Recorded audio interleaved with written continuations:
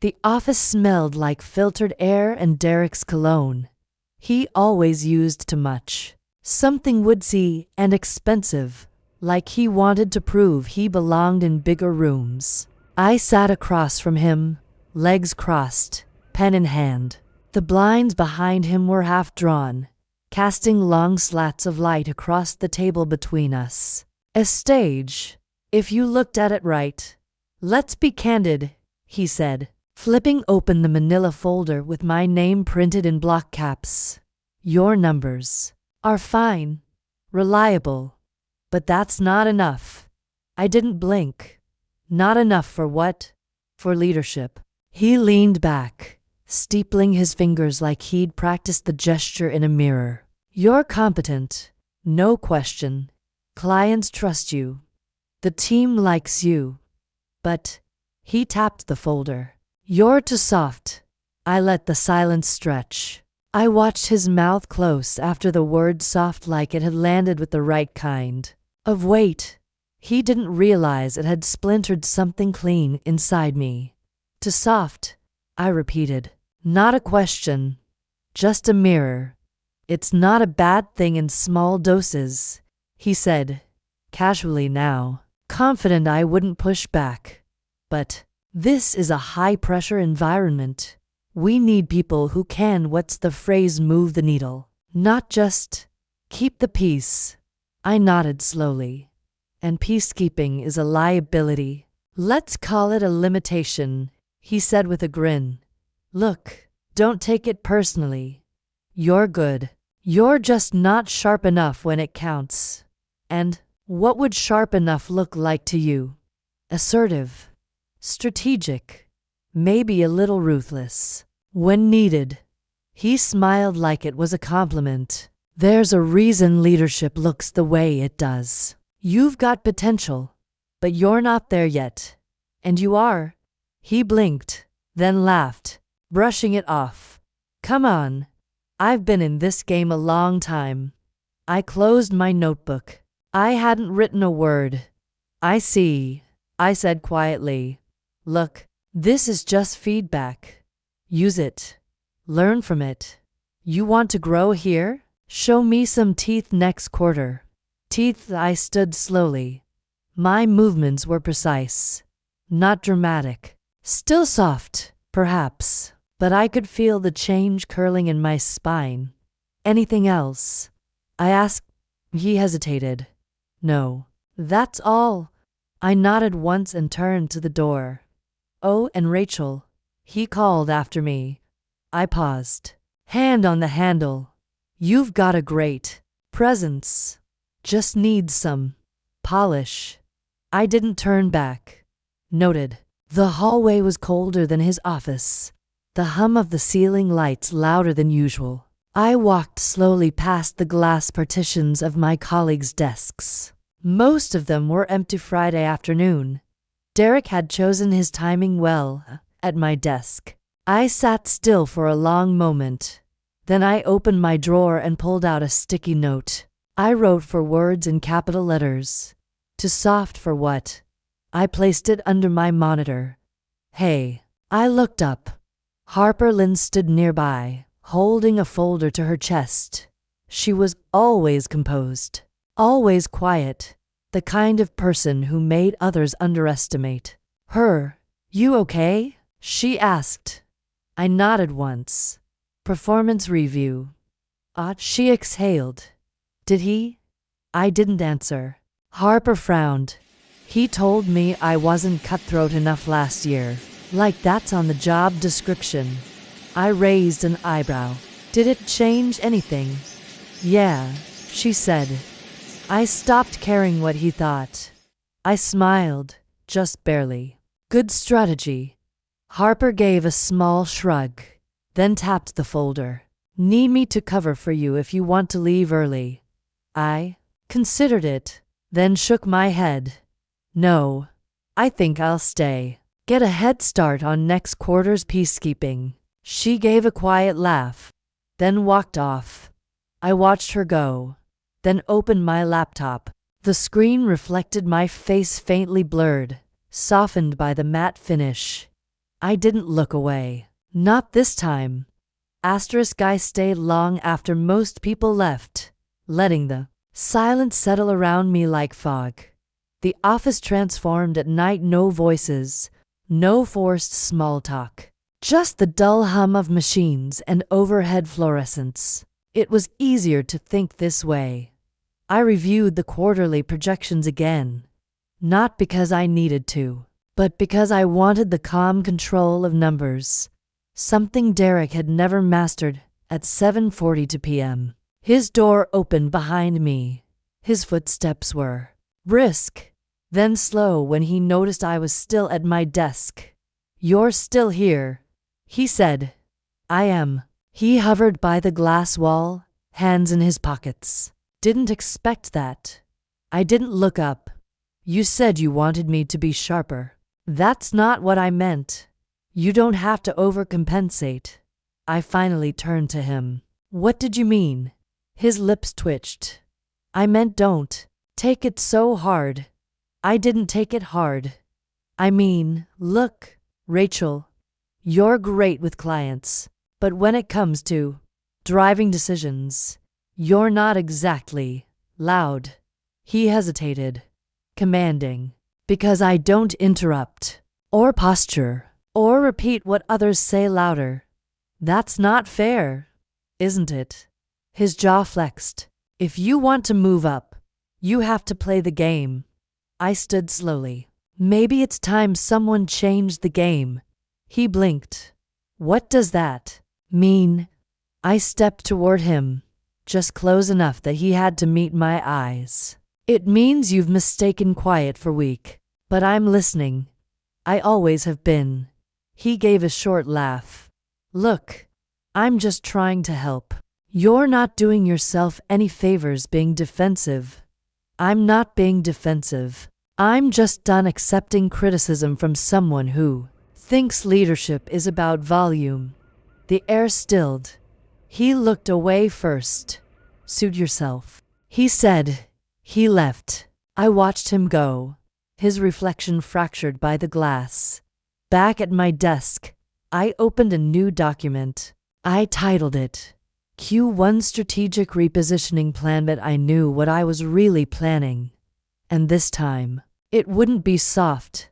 The new office smelled like fresh paint and something sour beneath it, old carpet, maybe. There was no window, just for beige walls and a flickering light overhead that needed replacing. Derek called it a reassignment to maximize cross-functional collaboration. I called it what it was: exile. I sat in the middle of the room, on a gray chair that leaned ever so slightly to the left. The desk had a chip in one corner. No one said anything when I moved in. That silence was its own kind of message.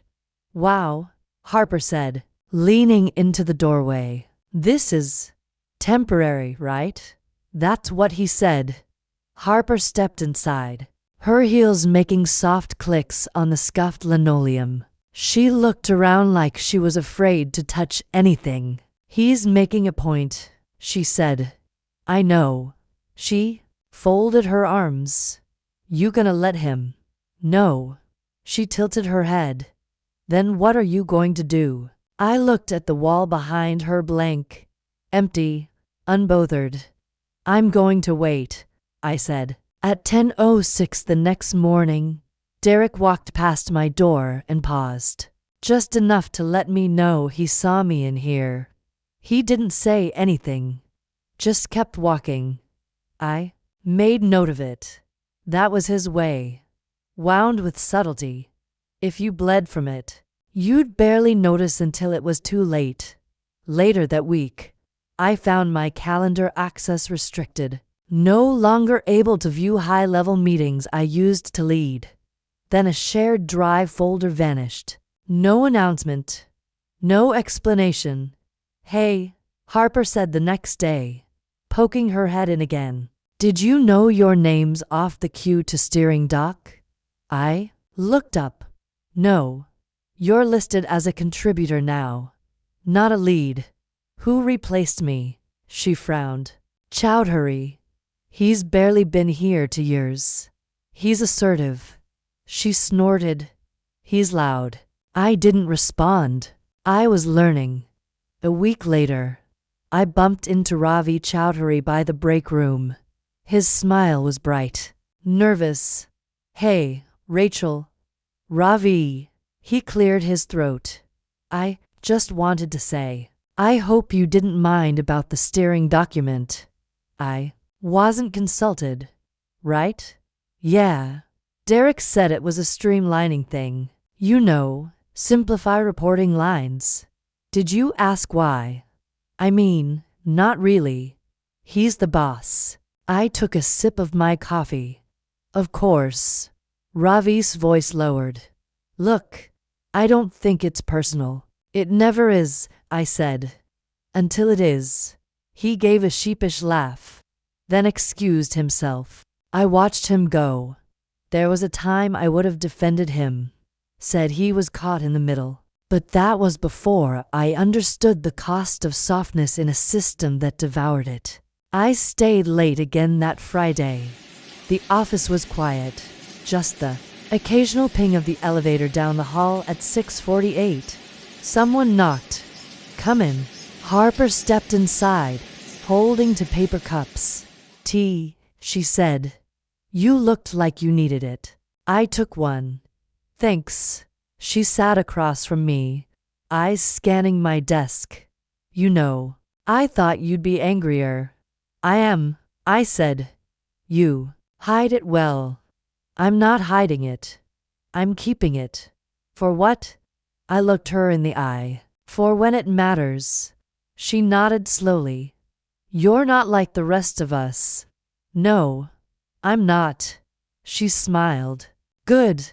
We sat in silence, sipping tea that had already gone cold. Asterisk asterisk. The following Monday, I arrived to find my nameplate missing from the door. Just a blank silver strip where it had been. No one said anything. No emails. No apologies. I didn't replace it. Let them forget who I was. Let them misplace my presence. Entirely at noon, Derek stopped by. He leaned on the doorframe like it was casual. Settling in? I looked up. I am. He glanced around the room, lips twitching. I know it's not ideal. We're short on space right now. It's functional. Good attitude, he said. Not everyone would be so adaptable. I didn't smile. I'm adaptable when necessary. See, that's what I'm talking about. You've got potential, Rachel. You just need to show a little more initiative. I thought that's what I was doing. His brow twitched. Right? Well, keep it up. He left without waiting for a reply. I stared at the door after it shut, the sound of his shoes echoing down the hallway. That afternoon, I created a new folder on my desktop, pattern recognition inside it. I started documenting everything. Dates, emails, meeting invites I no longer received, budget drafts mysteriously rerouted. I wasn't angry anymore. Not exactly. I was tracking. Harper stopped by again just before she left. You okay? She asked. I nodded. Getting there. She hesitated. You know, if you ever need backup, or a witness, or, I don't know, just someone to not gaslight. You? I met her gaze. Thank you. She offered a small smile. We see it. Even if we don't say anything, we see it. I know. She lingered, then quietly stepped out. I closed the folder.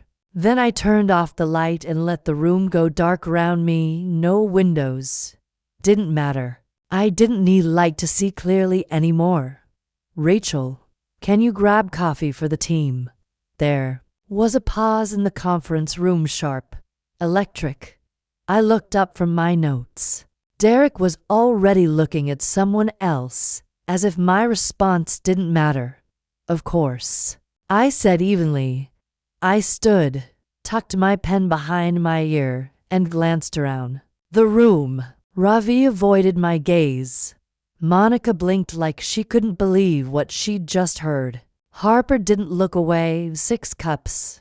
Black. 1 cream, no sugar, 2 decafs, 1 green tea, and mine. I took the orders silently, wrote nothing down. I remembered.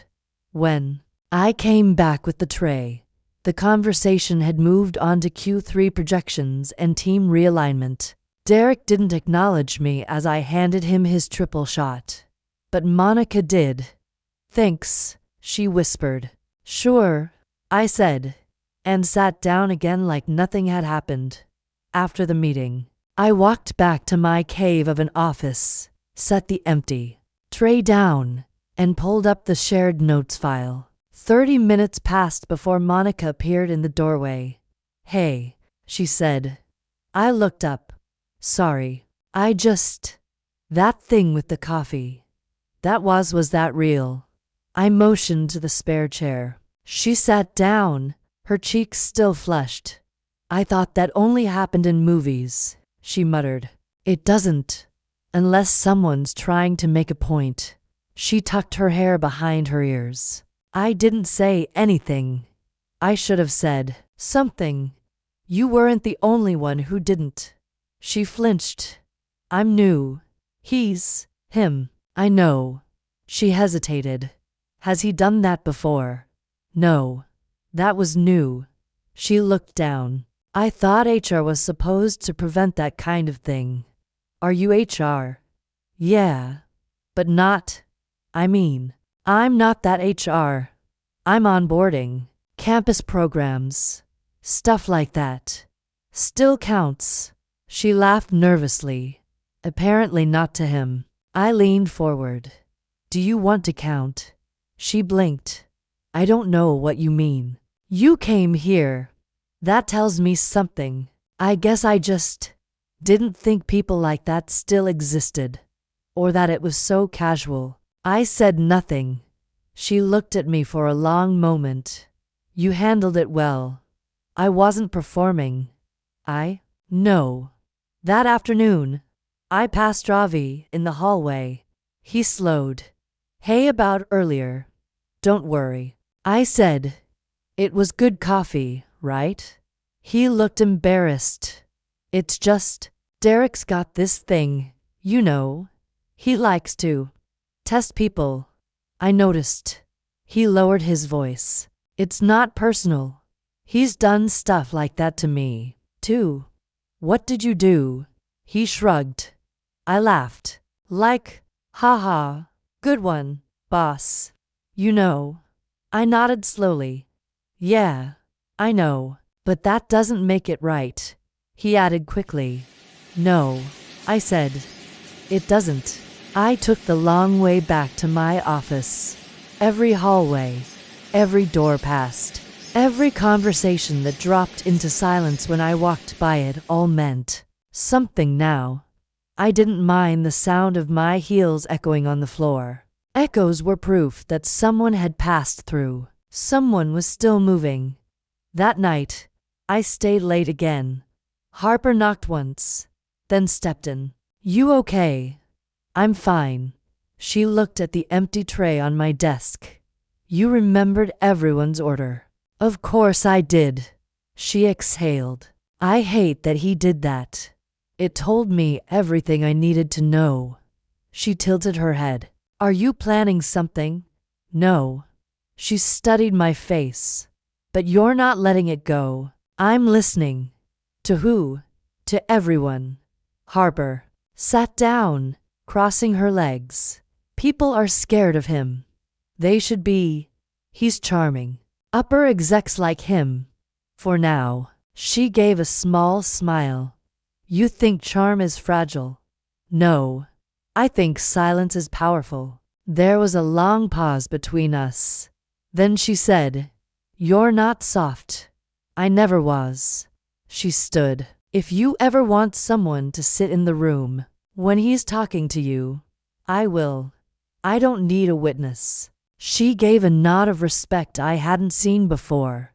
Then let me know when you need an amplifier. She left quietly. I stared at the tray one more time. 6 drinks. 1 humiliation. 1 record. The next morning, I opened a spreadsheet. I titled it, Coffee Test. Initial response. Logi entered the names, the reactions, the silence. The game was beginning, and I was no longer playing it. I was mapping it. It started with a missing invoice, simple, routine, buried in Q1 financials. But when I searched the shared archive, my access flagged an error, permission denied. Odd. Since I'd built the archive 2 years ago, I didn't panic. I tried again through the admin proxy path, the one IT forgot to disable after a system migration. It wasn't a backdoor, not technically, more like a loose latch I hadn't needed until now. The folder was called MirrorQ. No tags, no nested owners, tucked deep behind layers of duplicated templates. At first, I thought it was garbage, outdated budget sheets, draft pitch decks. But then I clicked on a zip marked audio_draft_02. The first voice that played was Derek's. I don't care if she's got the numbers. She's not leadership material. Give it to Chowdhury. He'll bark when I say bark. The second voice was muffled. She's more accurate. I'm not promoting a school teacher in heels. Jesus, get your head straight. I clicked pause, sat there for a moment, then clicked play again. It wasn't just ego. It was evidence. The folder held more. Partial recordings of internal calls, forwarded vendor complaints, transcripts with aggressive edits. I recognized phrases from meetings word for word, but here they were stripped of polish. Bare and brutal. One audio clip was dated the day before he demoted me. She'll take it, Derek said. She always does. She wants to be liked more than she wants power. A pause. Some laughter.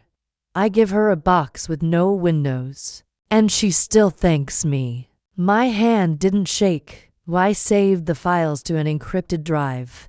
Then I closed everything, relocked the proxy, cleared the trace. Later that night, I stood at my kitchen counter with a glass of water and no appetite. My apartment was too quiet. I played the clip again on mute. He thought I was harmless. He thought I'd stay quiet. The next morning, I arrived early, before the buzz, before Derek. I wore navy instead of black, crisp lines, minimal makeup, a choice, not a disguise. I walked past Ravi's desk. He glanced up. You're in early, he said. Just catching up. Big project. You could say that. He hesitated. Hey, if you ever want to talk, I mean, about how things are going. I stopped. Why? He blinked. I don't know. You just seem different. I am? Ravi looked uncomfortable. Okay, well, just saying. I nodded and kept walking. In my office, I laid it all out. Every file, every clip, every timestamp. I wasn't ready to report him, not yet. Not without understanding the scope. This wasn't just about me. It was about a system built around him, enabled by silence, reinforced by fear. There were reimbursements for client dinners that didn't exist. Vendor calls where he promised side agreements. One file simply titled Soft Sell contained emails where he rewrote my reports under his name, adding vague buzzwords and stripping out all the data. And still, the worst part was the laughter. How easy it was for him to mock me. How confidently he believed no one would ever hear. That afternoon, I ran into Monica in the stairwell. Hey, she said, out of breath. You walk the stairs too? Sometimes, I said. God, I needed a break from that bullpen. Loud today. Loud and smug. Derek's in full peacock mode. Something about landing a new client pitch. Did he? He said id. He also said you weren't cut out for client-facing work when someone asked where you were. I smiled. Good to know. Monica frowned. Doesn't that piss you off? Of course, I said softly. But that's not the point. Then, what is? I met her eyes. The point is knowing how deep the rot goes before you start pulling things out. She didn't speak for a moment. Then she said, if you ever need to talk, I'm around. I nodded. I'll remember that. That night, I created a new folder on my own encrypted drive. I titled it MirrorQ_clean. Inside it, I wrote a single line before logging off. Not revenge. Leverage, *. The security feed was old, grainy, and silent. I watched myself walk through it. Anyway, Monday, 7:58 a.m. I stepped off the elevator, head slightly down, clutching a reusable coffee cup like a shield. Derek brushed past me without acknowledgement. I moved aside first, Wednesday, to 7 p.m. team meeting. I spoke once. My lips moved. Derek interrupted. I stopped. Thursday, 6:44 p.m. Alone in the hallway. I hesitated outside his door, then turned and walked away. The scenes looped in silence. I watched them like an outsider, observing posture, pace, distance. I wasn't invisible. I was erased. The door opened behind me. You're not supposed to be in here. I turned. Kenneth Price, head of IT, stood with one hand still on the knob. Tall, quiet, perpetually unreadable. I had clearance, I said. For another 10 minutes, he replied. I closed the video panel. Then I'll be gone in 5. He stepped inside, shutting the door gently. You looking for something specific? No. Then what are you watching? Myself. He studied me for a moment. You don't look surprised. I'm not. He folded his arms. Most people are, when they see how they move in rooms. Then most people aren't paying attention. He didn't smile, but something in his face softened. Whatever you're building, he said, don't do it alone. I'm not. He nodded once, like he understood more than I'd said. Then he walked out. That night, I lay on my living room floor with a notepad and a bottle of water. No music, no distractions, just silence and the low hum of the city outside. I listed each time I'd changed my tone, adjusted my stance, apologized for nothing. Not out of weakness, but to preserve the peace, to stay employed, to stay safe. There were more entries than I expected. I circled each one where Derek had been in the room. Then, I got up and started a new column. Present shrinking events. Confirmed list wasn't just about him, but it always came back to his shadow. I wouldn't let it fall across me anymore. * The next morning, I changed my walk. Not dramatically. No need to be theatrical. Just subtle things, shoulders back, eyes level, hands still. I didn't touch my necklace nervously. I didn't step aside when Derek came barreling through the hallway. He noticed. Not directly, but he noticed at 11:42 a.m. He stopped at my office door. Morning, he said. I looked up calmly. Afternoon, he blinked. Right? I was just checking in. I'm all set. You seem different lately. Observant of you. He gave a tight smile. Good different, I hope. I didn't answer. He tilted his head. You're not letting the office shift throw you off, are you? I've adapted. Well, good. That's what I like to see. He lingered one beat too long, then walked away. I watched him pass by the glass. I turned to my computer, opened the spreadsheet I had titled Q1. Behavioral patterns. Video confirmed. One added a new entry. 3/16. Observation initiated by subject. Tone casual. Energy uncertain. Later that day, I saw Kenneth again, this time in the break room. He didn't speak, just nodded at me and placed a second coffee beside mine without asking how I took it. It was perfect. I took a sip, then looked at him, double quotes, thanks, double quotes. He tapped the cup lightly. That thing you're doing, keep going. I studied him. You don't even know what I'm doing. He raised an eyebrow. You think I don't? I smiled faintly. Then why help me? He leaned closer.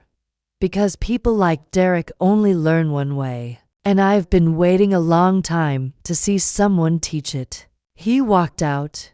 I stood there, the coffee warm in my hands, and I realized something important. I wasn't shrinking anymore. I was watching, and I was being seen. There was a moment during my first year at the firm when a client cried on a video call. His daughter had been diagnosed with something rare. He apologized for being unprofessional, but I didn't rush to fill the silence. I let him speak. I listened. He stayed with our firm because of that meeting. Derek called it a lucky save. I called it the moment I realized empathy was the most powerful thing I owned. He just didn't know how to measure it. I began cataloging Derek's behavior the way I used to analyze market trends dispassionately, strategically. He liked to position cruelty as candor. He preferred his feedback public and his praise private. He interrupted most when he was least informed. He punished pause.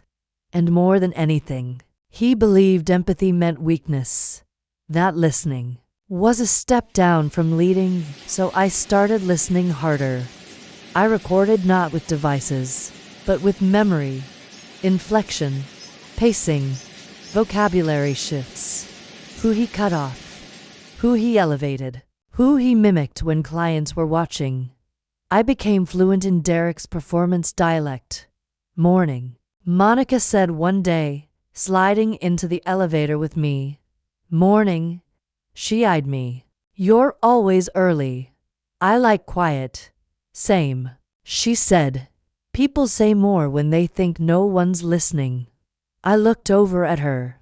Do they? She hesitated. Last week, I overheard Derek talking to Chowdhury about the Q to strategy doc. He called you a legacy issue. I didn't blink. He's not wrong. I've been here longer than him. He didn't mean it like that. I know. She looked down. You're not mad. No. She laughed awkwardly. Okay. Well, I'd be mad. I'm not wasting energy on feelings that don't build something. Build what? Leverage. She didn't reply. But when the elevator stopped, she stayed inside a moment longer before stepping out. That afternoon, I watched Derek laugh at his own joke during a team huddle. It was about clients, how you had to break them a little to close. Everyone chuckled. Except Harper, who met my eyes from across the room. No nod. Just understanding. The next day, I began drafting a new document. Title: Internal Patterns. Emotional disqualification in executive feedback format. Observational memo tone. Neutral distribution. Unsent for now. Harper appeared in my doorway. Just before lunch. She didn't knock. She just stood there, holding to protein bars and a raised brow. You've eaten? I took one. Not really. She sat down. Something's changed. You're quieter than usual. I'm paying attention. You always paid attention. Not like this. She unwrapped her bar. Are you building something? Yes. She chewed slowly. Am I in it? Eventually. She gave a small smile. Good. I looked at her. Are you afraid of him? I was. And now, I'm watching him the way you do. It helps. I nodded. We'll need more eyes. We have them. People just don't know they're open yet. At 3:03 p.m., Derek called me into his office. I brought my notebook, even though I wouldn't need it. Have a seat. I did. You've been focused lately. I have. I like it. Good energy. Quiet. Sharp. Not trying too hard. I waited. He tapped his pen. You've got a soft touch. Clients like it. But here, in this place, it only works if you know when to harden. I tilted my head. And how would you suggest I do that? He smiled. Watch me. I didn't answer. He misread the silence as admiration. I'll keep you closed this quarter, he said. Learn by osmosis. I nodded once, stood, and left. Outside, I added a new entry to the document. Subject believes proximity equals control. Recommend inversion. That night, I sat by my window with the lights off. Below me, the city pulsed with noise I couldn't hear. I held the printed memo in my lap. Empathy is not passivity. Listening is not surrender. Kindness is not compliance. These weren't weaknesses. They were my edge. They were the soft weapon, and I was done hiding it. Asterisk, asterisk, asterisk, asterisk. I heard it through the wall. Our offices were back-to-back, mine windowless, his overlooking the city. The drywall between us was cheap, thin. Sound leaked through like water at first.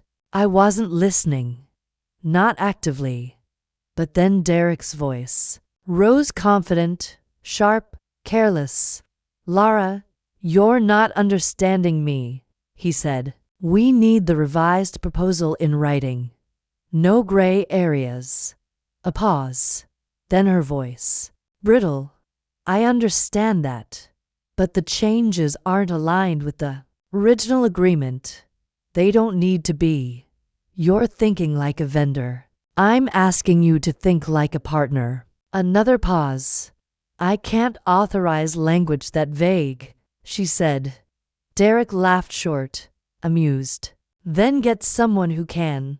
I moved closer to the wall. Notepad in hand. Lara, he said, tone dipping into something colder. Let me put it this way: if this doesn't move forward, your company doesn't move forward. Not with us. Not this quarter. Not next. Double quotes, silence. Then, you're recording this call, aren't you? His voice came smooth. Why would I record a simple alignment conversation? I wrote the time down. To 17 p.m. the call continued. Shifts. In tone, pressure dressed as persuasion. I didn't interrupt. Didn't clear my throat. Didn't remind him the walls had ears. Let him believe the room was his alone at 3:04. He strutted past my office with the swagger of someone who thought he'd just closed a deal. I opened my laptop. Began typing the subject. Vendor call log. Westcom. 3.21. Unofficial summary. Aggressive tone. Attempted pressure. Unacknowledged deviation from contract language. Hostile implication of consequences. Time-stamped notes appended. I didn't send it yet. Harper came by 10 minutes later, holding a stapler and a raised eyebrow. You hear that? Every word. She leaned on the doorframe. He's going to keep pushing. He doesn't know how not to. I'm counting on it. She studied me. You're going to use that call. Eventually. You want a witness? No. You sure? I looked up at her. I don't need confirmation. I need patterns. Harper smiled. spoken like a woman with a file. I have several. The next morning, Lara West called me directly. I shouldn't be contacting you, she said. You're fine. I needed someone to confirm what I heard yesterday. I didn't hear the whole call. She hesitated. But you heard enough. I heard enough. Lara exhaled on the line, a low, shaking sound. He said it wasn't recorded. But I know he records everything. I've heard it before, those phrases. The pressure. He's careful, I said. Too careful. She went quiet. I'm documenting, I told her. That's all I can say right now. That helps, she said. More than you know. Before she hung up, she added, he doesn't expect anyone to be smarter than him. That's his blind spot. I know. Later that day, Derek called a team huddle. Alignment chat, he called it. Monica stood near the edge of the group, arms folded. Ravi, as usual, tried to look engaged without looking implicated. We need to be aggressive, Derek said. The market doesn't reward caution. It rewards teeth. He looked at me when he said it. Rachel. He continued. You've worked with Lara. She's responsive, right? I didn't blink. She's ethical. A beat. That's not what I asked. But it's what matters. A few heads turned. Silence thickened. He smiled, but it didn't reach his eyes. Of course, he said. Thanks for that clarity. Back at my desk, I updated the file. Addendum. Public call reference. Implicit challenge. Noted. Then I encrypted the document, uploaded it to a private vault, and backed it up to an offline drive by Friday. He'd moved on to another target. By Monday, I had the full call from Lara sent to a private drop folder, no timestamp, no email trail, but crystal clear. It began with, "You're not understanding me," and ended with the weapon he handed me. His own voice. I didn't know you ate lunch, Monica said, smiling as she slid into the booth across from me. I don't. Usually. She laughed, just enough to fill the space. So why now? Thought I'd try something different. We were tucked into a quiet corner of a cafe 2 blocks from the office. Neutral ground. No badge readers. No cameras. Just 2 women and a shared understanding neither of us was quite ready to name. She picked at the edge of her straw wrapper. You asked to meet. I figured this was about something. It is. Am I in trouble? No. Her shoulders relaxed slightly. Okay, so. I stirred my tea. What's the policy on whistleblowers? Her face stilled. Hypothetically. Yes. She took a breath. We have one. It's internal. Tracked through a third-party portal. Anonymous, if you want. But that depends on how traceable the evidence is. And what happens after. A report is filed. She sat back. Compliance reviews it. If it's credible, legal gets involved. HR only sees it if it's a personnel issue.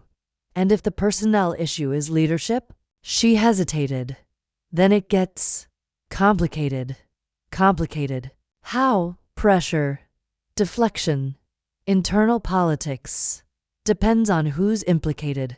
Let's say it's a director. She nodded. Then it's supposed to be airtight. No retaliation. But people find ways. I watched her. Would someone like you be looped in? If someone trusted me enough. Maybe. I didn't answer. She leaned forward. Are we speaking in hypotheticals, Rachel? For now. Monica gave a slow nod. Okay. Back at the office, she passed me in the hallway. Just a glance. Nothing said. But that night, I received a message through the compliance portal I hadn't logged into in over a year. Case ID. 1 for 578 AQ status. Preliminary review initiated category. Workplace conduct. Executive behavior. He didn't submit anything, which meant someone else had. Asterisk. The next morning, Derek was unusually chipper. Too loud. Too confident. You see the numbers on the Westcom deal? He said during the stand-up. Turns out pressure works. I didn't speak. Monica stood in the back, tablet in hand, mouth a firm line. She caught my eye for a second, then looked away. At 2:11 p.m. She walked into my office and shut the door behind her. Compliance reached out. She said, "For what?"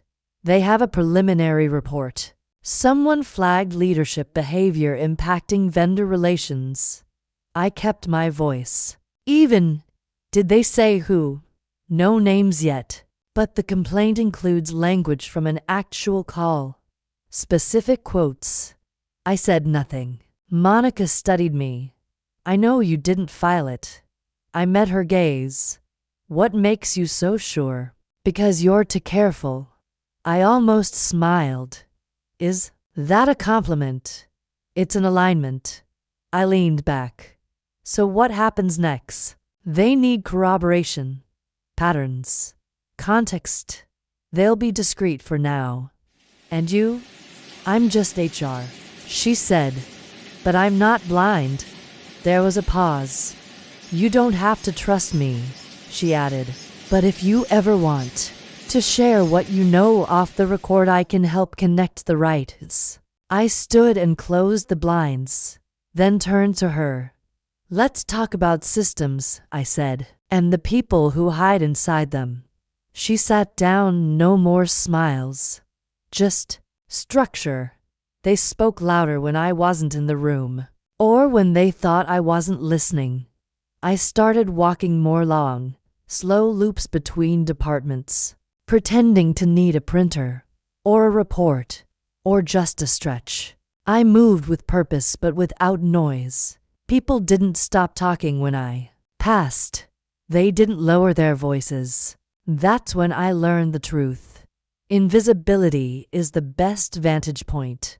I heard two analysts in marketing talking near the elevator. He made her stay after the cue to pitch. Just her. Was it one-on-one? That's what she said. You think she's making it up? No. I think she regrets not recording it. Another day, outside the copy room, I heard he told Ravi to man up during a call. Seriously, HR knows, but nothing's happened. Yet. And then, on a Tuesday morning, the smallest voice of all, Jordan Reyes, junior analyst, quiet, always watching his shoes. He passed me in the hallway and stopped. "Hi, Rachel?" I turned. "Hi, Jordan." He looked around nervously. "Do you have a second?" "For you?" "Yes." He pulled me into a small corner near the fire escape. "I know I'm not supposed to talk about this stuff," he said quickly, "but I heard what Monica's doing. I heard there's something. There's a review." He nodded. "It's about Derek, right?" I didn't answer. I heard him, Jordan whispered, once, yelling at Harper behind closed doors. I shouldn't have been near that hallway, but I was. What did he say? He called her weak. Said if she didn't like the pressure, she could join the interns. I looked at him carefully. "Would you put that in writing?" His eyes widened. "Would it matter?" "Yes." He hesitated, then nodded once. "Okay. Asterisk. By the end of the week, I had 6 names. None official, none documented, but I knew which voices to call on when the time came. I added a tab to the spreadsheet. ECHO log. Indirect testimony mains intended to verify. Meta Jordan are verbal. Abuse toward Harper's analysts. By 2 post-pitch isolation maybe initium summary ravi command up common tunkly archons. On lie every whisper was a clue. Every hesitant retelling, a thread. The pattern wasn't hard to see. Derek's behavior changed depending on the room. But the damage was always the same. By Friday, Harper found me in the stairwell. I heard about Jordan, she said. He came forward. She looked proud. That's not small. No, I said. It's not. We stood there a moment. I was one of them, she said quietly. The ones who kept quiet. Because I thought it wouldn't matter. It matters now. She nodded. You're making it matter. No, they are. I'm just paying attention. Harper studied me. He's going to feel it soon, you know. Good. She gave me a long look. And when he does, I won't be standing in the hallway. The server room hummed like a sleeping engine. Cold air hissed from ceiling vents, brushing my face as I crouched beside the fiber-lined closet. I wasn't here for maintenance. I didn't even have a ticket. I was here because it was the only place left in the building where silence didn't feel surveilled. Looking for something, came a voice behind me. I stood slowly. Kenneth. No, I said. Just breathing. He nodded once. Good place for it. We stood there a moment, framed by blinking LEDs and racks of humming machines. He held a small toolkit in one hand but made no move to use it. He looked at me carefully. You found something. I did. He leaned against the rack. Derek. I said nothing. Kenneth continued. IT has limits, but I see what goes through the logs. I studied him. What did you see? Too many calls from his line. Some redirected. Some to private storage. Not company approved. Metadata scrubbed. But nothing really disappears. My pulse stayed. Steady. You can prove it. I don't need to, he said. You do. He opened his case, pulled out a USB drive, and placed it on the network terminal beside me. You didn't get this from me, he said. I didn't move. What's on it? Clean audio from for vendor calls. Time aligned. Nothing altered. Why now? Kenneth shrugged. Because people like him think systems work for them. But systems just wait for commands. He stepped toward the exit. If there's something you want HR to hear, he said without turning back, I can make sure it sounds clear. Then he left. I didn't touch the drive until the door hissed shut behind him. I slipped the drive into my coat pocket and walked back to my office, deliberately slow. Each step was measured, quiet, deliberate. I wasn't hiding. I was preparing at my desk. I slid the drive into an offline laptop for files, labeled only by date and timestamp. Kenneth hadn't edited them. No flair, no commentary, just truth. I listened. Vendor 1. Derek speaking over a woman, telling her the deal would die if she didn't loosen up. Vendor 2. A man asked for clarification. Derek answered with a threat about access. Vendor 3. You want our business? Smile harder. Vendor 4. I didn't ask for ethics. I asked for speed. Each voice that answered him sounded smaller. I closed the laptop. Then I opened my document index. I created a new folder titled Clarity External Confirmed Audio and moved the files into it. Then I picked up my phone and dialed Monica Giles. She answered. It's me, Rachel. There's something you need to hear. She didn't hesitate. When? Now. 30 minutes later, she sat across from me, headphones on, eyes wide. Jesus Christ, she said when the last clip ended. He said this. On company devices. I nodded. And you've had this how long? Less than a day. She shook her head. Do you know what this is? Yes. This could end him. I'm not interested in endings, I said. I'm interested in accountability. Monica looked up at me slowly. You're not afraid of him at all, are you? I was, I said. Now I'm just done waiting. She leaned back in her chair. Then let's begin. The folder was red. Not metaphorically, physically. Fire engine red. Glossy finish. Tabbed and precise. A deliberate choice. I placed it on Monica's desk at 7:58 a.m. before anyone else arrived. I said nothing. She said nothing. But her fingers tapped twice on its surface as if to say, understood. Inside. Transcripts. Call logs. Timelines. Audio. File summaries. A list of vendor complaints with matching dates. Witness statements redacted. Except initials. No names. No labels. No mention of me. When I walked out, the office was still mostly dark. The kind of silence only people like Derek ignored at 10:07 a.m. I heard his voice carry through the hallway. She's been sulking since March. I've got it under control. He laughed, a hollow, rehearsed sound. I typed as I listened. Entry number 87. March 10th. Statement of power assumption. Casual dismissal. Monica messaged me at noon m. We're opening a formal case. I'm looping in compliance. Legal wants clean copies, me. I'll prep them. M. Do not respond to any questions. Not even hypotheticals, me. Understood, M. Also, thank you. I didn't reply. That afternoon, Kenneth passed by my door. He said nothing, just nodded once, slow and deliberate. Before walking on, Harper brought me tea without a word.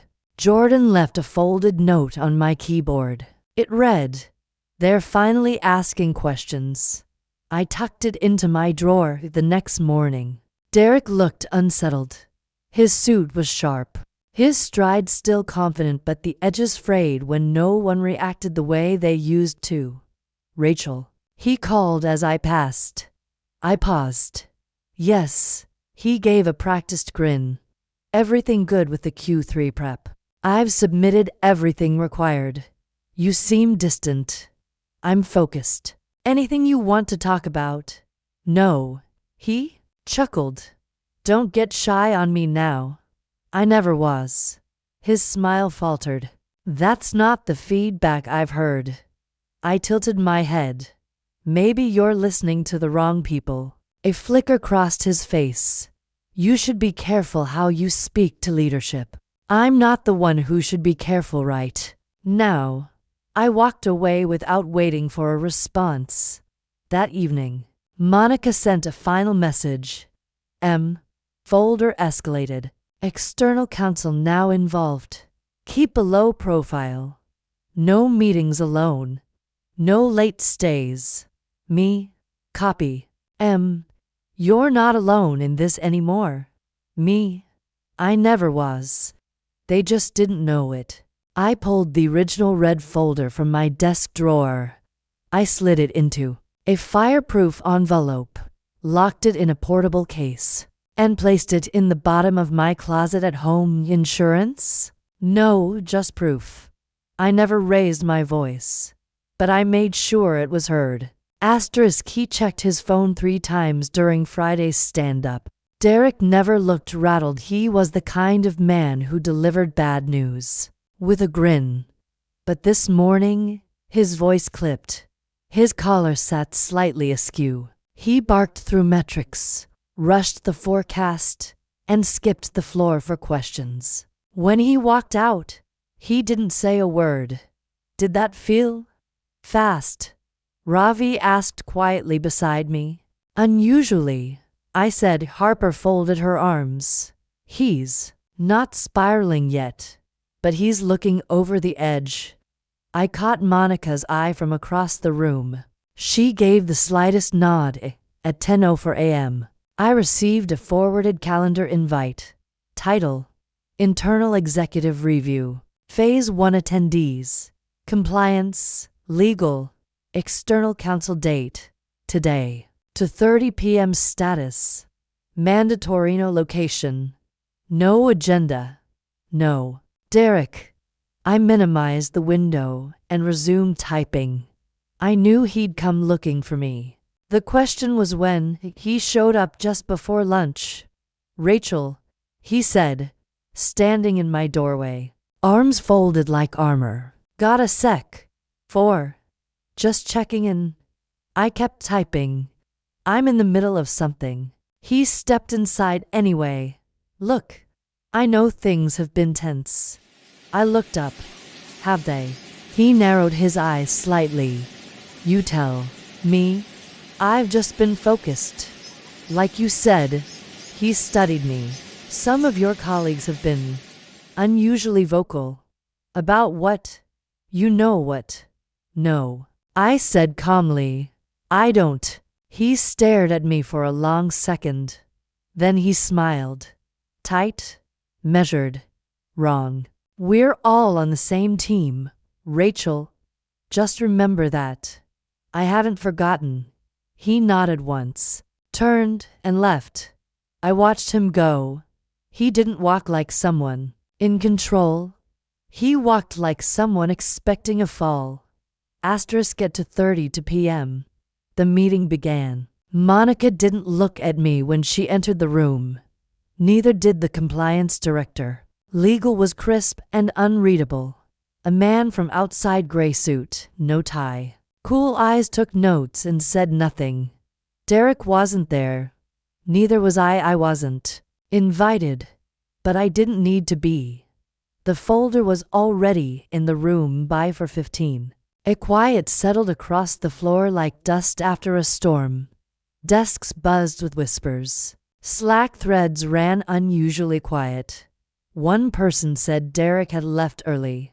Another said he'd been pulled into legal. A third claimed they saw him in the parking lot, pacing. Harper stepped into my office. They're doing interviews. I know. Ravi's next. He'll fold. He already did. I looked up. What did he say? He said he laughed when Derek made the intern cry.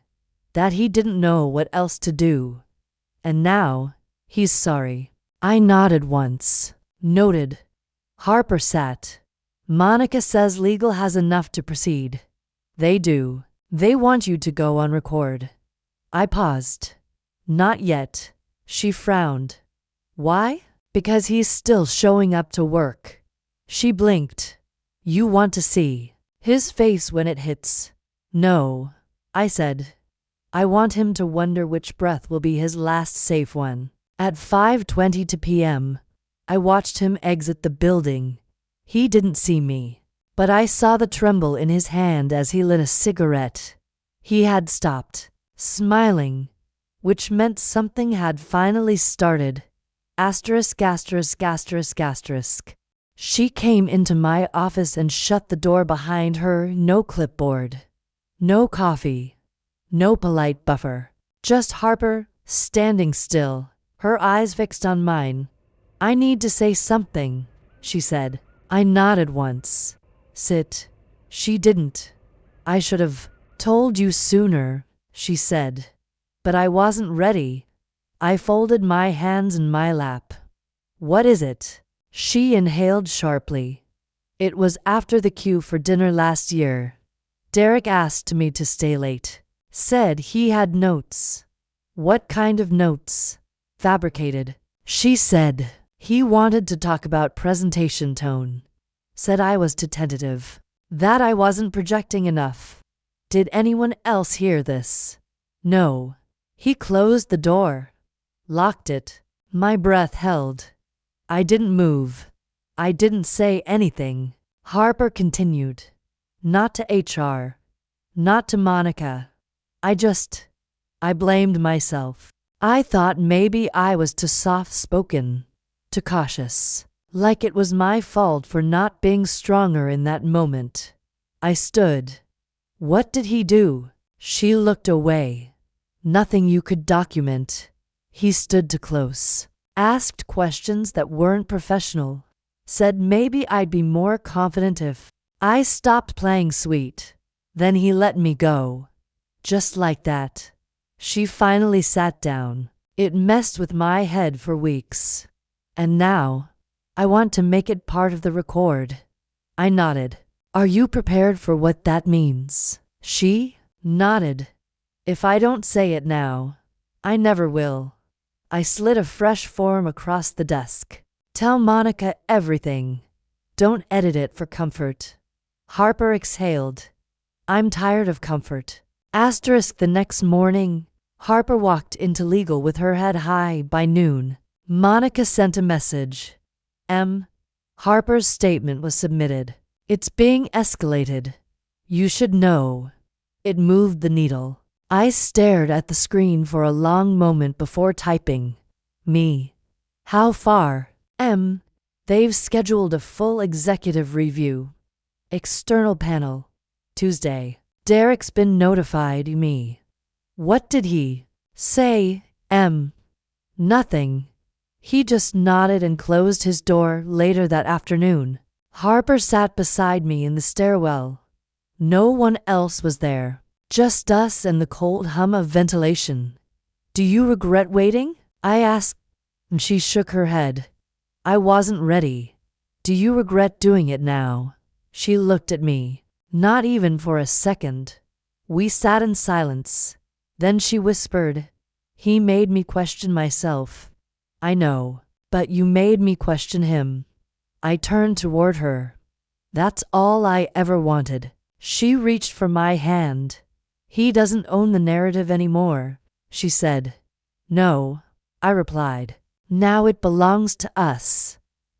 Lara West filed her complaint on a Monday. It wasn't dramatic, no press release, no CC all.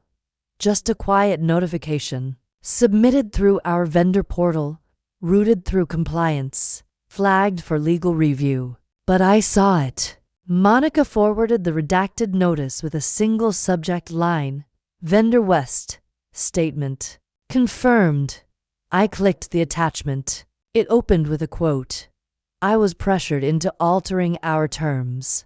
I was told ethics were optional if I wanted to keep the account. There it was. Not from me. Not from Harper. From someone outside the firewall. A clean, external voice. A voice Derek couldn't control. He came in late that day. Eyes bloodshot. Tie loose. He didn't greet anyone. Ravi whispered to someone in the hallway. He looks like hell. Derek disappeared into his office and didn't emerge for hours. At 3:14 p.m., we received another all-hands invite. Subject. Recalibration session. Cross-functional. Clarity host. HR. Legal liaison location. Conference room to a time. Wednesday. 9 a.m. sharp. Harper leaned over my desk. That's the meeting, isn't it? It is. Is he going to be there? Not if he's smart. That evening, I stayed late long after the lights dimmed and the hallways emptied. I opened the portal myself and read Lara's full complaint. It was methodical, clear, and damning. She listed dates, times, and phrases I remembered from the audio. She didn't mention me. Didn't need to. Truth has a way of echoing in perfect harmony. Tuesday morning, Monica passed me in the hallway. She didn't speak, but she handed me a sealed envelope. Inside, a copy of Lara's signed affidavit. Derek Langford's conduct made me question my integrity. I documented the conversation because I feared retaliation. I am no longer afraid. That last line was underlined in blue ink. By noon, Derek's door remained shut. His calendar cleared. His name disappeared from to working documents. Slack. Channels he once dominated went silent. At 4:05 p.m., Kenneth appeared at my door. They're disabling his access tomorrow. Officially? Technically no. Functionally yes. I nodded. What about his drive? Archived, copied, transferred to legal custody. And mine, clean. You were never there. He hesitated. The vendor statement helped. They can't bury it now. Too much traction. I closed my laptop. It's not about burying. Kenneth met my gaze. No, it's about what rises. That night, I sent one message. To Lara West, subject. Thank you, body. Your voice mattered. It still does. You weren't alone. You never were. No signature if she didn't need one. Asterisk, the offer came on a Thursday. A white envelope, discreet, placed on my desk while I was in the break room. Inside, a promotion letter. Director of Client Strategy. Effective immediately. Salary increase. New office. A view, no mention of what preceded it. No apology, no acknowledgement, just reward. Derek's name wasn't on the document. Monica's was. You're not smiling, she said that afternoon. I don't think it's funny. It's real. The position is yours. Why now? Because they'd rather promote you than face a wrongful termination suit. I closed the envelope. That's not a compliment. It's leverage, she said. Take the win. I shook my head. This isn't a win. Then what is? Change. She leaned in. You can't change the system from the outside. I don't want a title. Then what do you want? Oversight. Her eyebrows lifted. Excuse me. You heard me. You want to oversee him? No, I said. I want to oversee ethics, conduct, policy, compliance. She blinked. That's not a current position. Then create it. That evening, Monica called me. They're willing, she said. Conditionally. On what? Discretion. No public statement. No lawsuit. I never filed one. Still, they want peace. I want structure. You'll report to me. Sit in on all future hiring decisions. Policy reviews. Whistleblower screenings. Good, I said. Then we're aligned. She paused. You know, you could have burned it all down. I still could. But you won't. No, I said. Because I don't want ashes. I want accountability. Asterisk, Friday morning. I came in early. My new office was ready, larger, quiet, with glass on two sides and a view of the river. A symbol of progress, they thought. But I didn't move in. Instead, I returned to the windowless room, the one where silence first taught me how loud power could be. I sat down at the same desk and began drafting the new charter. Office of Ethics and Oversight mission. Listen louder. Enforce without fear. Protect those who speak. At 11:02 a.m., Monica entered without knocking. He's not coming in today. Ever again. They're finalizing paperwork. He's out by Monday. I nodded. Was it clean? No, she said. But it was quiet. Good. She looked around the office. You staying in here? For now. No window. I see more from here than I ever did with a view. At 3:30 p.m., HR sent the org-wide memo. Effective immediately, Rachel Kim will serve as liaison for workplace ethics and strategic conduct. No title, no glory, just the truth. That was enough. People expected fireworks. They wanted shouting in the hallway, slammed doors. A final scene worthy of all the tension that had built like steam behind glass. But I gave them nothing, and neither did he. On Monday morning, Derek didn't show up. His nameplate was gone before the elevators finished their first run. By the time most of the floor logged in, his profile had been deactivated, his access revoked, his shadow erased. There was no farewell email, no exit memo, just silence. And whispers. Did you hear? They say he resigned. No way. He was pushed. Rachel had something to do with it. I kept walking. I didn't confirm. I didn't deny. I didn't need to. The story was no longer mine to tell. It was already telling itself. At lunch, I sat with Harper in the cafe downstairs. She picked at her salad, distracted. He's really gone? She asked. I nodded. Officially. She let out a breath. I thought I'd feel more. Something. Relief? Maybe. Or anger. Or triumph. What do you feel? She thought for a moment. Like I survived a fire I couldn't see. I stirred my tea. You did. She looked at me. And you? I never wanted to destroy him. Then what did you want? I looked out the window. I wanted to change the oxygen he thrived in. Asterisk, asterisk, asterisk, asterisk, asterisk. That afternoon, Ravi stopped by my office. He lingered in the doorway before speaking. Hey. I nodded. Ravi. He stepped inside. Awkward. I wanted to say something. Okay. He cleared his throat. I didn't speak up. Not when I should have. And I laughed when I shouldn't have. I just thought, if I ignored it, it would go away. It didn't. No. And you didn't let it. I looked at him. Why now? Because it's over. And I still have to work here. I studied his face. There was no deflection in it. Just quiet shame. You get one chance, I said. Use it. He nodded. Thank you. As the day ended, I stepped into the elevator alone. No one looked at me the same anymore. Some with awe, some with caution, some with guilt. I welcomed all of it at the ground floor. I stepped outside into the wind and tilted my head to the sky. I didn't feel victorious.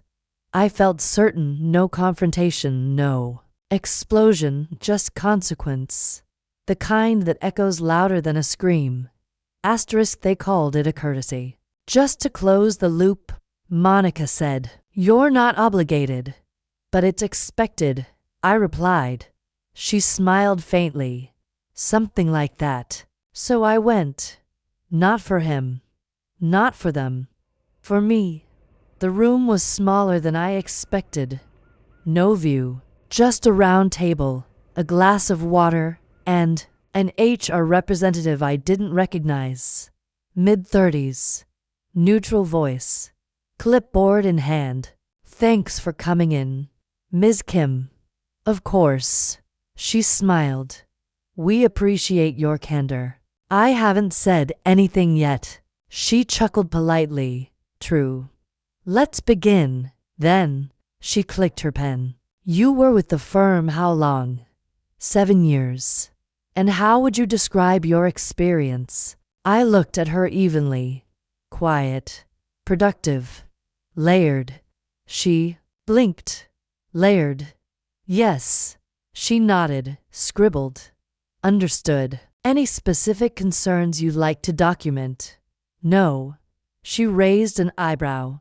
No concerns? I folded my hands. Everything I needed to say was already heard. She hesitated. You mean during the review process? No, I said. Long before that. She moved to the next question. Would you recommend this company to others seeking employment? I paused. That depends. On what? Who's asking? She stared for a moment, then smiled again. Noted. We went down the list. Benefits. Communication. Culture. I answered in full sentences. Calmly. Evenly. No accusations. No praise. Just truth. She finally set the clipboard down. Anything else you'd like to add? Yes. She leaned forward slightly. I reached into my bag and placed a sealed envelope on the table. What's this? Not a complaint. She looked confused. Then, closure, I said.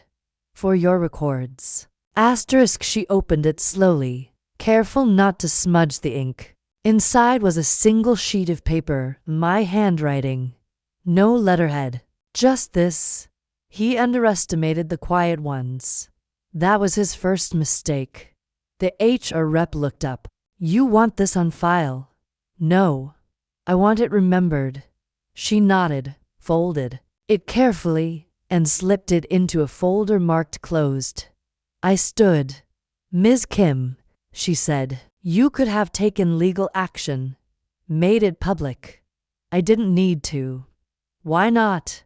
Because this wasn't about revenge. Then what was it about? I met her eyes. Respect. She didn't ask anything else. Outside, the building stood just as tall as it always had, but it looked smaller somehow. I took one last breath of that stale lobby air. Then I turned toward the door and walked into something better. Asterisk. The new title wasn't flashy. Liaison, Ethics and Strategic Conduct. No corner office. No company-wide memo. Just a quiet shift in signature lines and access levels. That was exactly how I wanted it. My first act wasn't to create new rules. It was to listen. I scheduled one-on-ones with everyone who'd stayed quiet. Not performance reviews. Not evaluations. Conversations. Behind closed doors. Without notebooks. Without consequence. I didn't think anyone would ask. One woman said. I didn't think it mattered. Another whispered. I thought I was alone. They weren't. None of us had been. Kenneth moved into Derek's old office. He didn't redecorate. Just removed the liquor shelf and unlocked the inner file cabinet. Feels cleaner now, he told me one morning. Air moves better. I agreed. He nodded toward the floor below. Word is they're reviewing other directors now. They should. Think you started something? No. I said. I think I finished pretending. Harper joined the ethics committee within the month. She wore navy now instead of gray. She smiled when she wanted to, not when expected. And when she spoke, people listened. They hear me differently now. She told me during a policy draft. Why do you think that is? Because I'm not asking to be heard. Monica was promoted to Director of People Strategy. The title didn't change her tone, only her reach. We met weekly, briefly, strategically. This isn't the end, she said one day. It's not the beginning either. Then what is it? I looked around the new team floor. Open light, shared walls, fewer doors. It's redesign, I said. I finally got a window. The building had been renovated, glass walls replacing brick, light flooding in where shadow once lived. I sat by that window for the first time on a Tuesday morning. The city stretched out beneath me, busy and bright. But I didn't look outside. I looked at my hands. They were steady, calm, capable. I'd learned how to see in the dark long before this view arrived. That afternoon, Monica stopped by with a folder. New policies, she said. Respect clauses, mandatory reporting updates, retaliation safeguards. I skimmed the pages. Will it be enough? She smiled faintly. It's a start. I nodded. We build on it. The office felt different. People walked with lighter steps. Voices were softer, sure, but more honest. Trust wasn't demanded. It was earned. At the end of my first week as liaison, I stood in the hallway near the break room. Harper joined me, holding 2 coffees. We made it, she said. We did. She smiled, eyes bright. And next, we keep going. The story wasn't about one person, it was about all of us. The quiet, the strong, the unseen. I was one of them, and now I was also the change. Asterisk, asterisk, asterisk.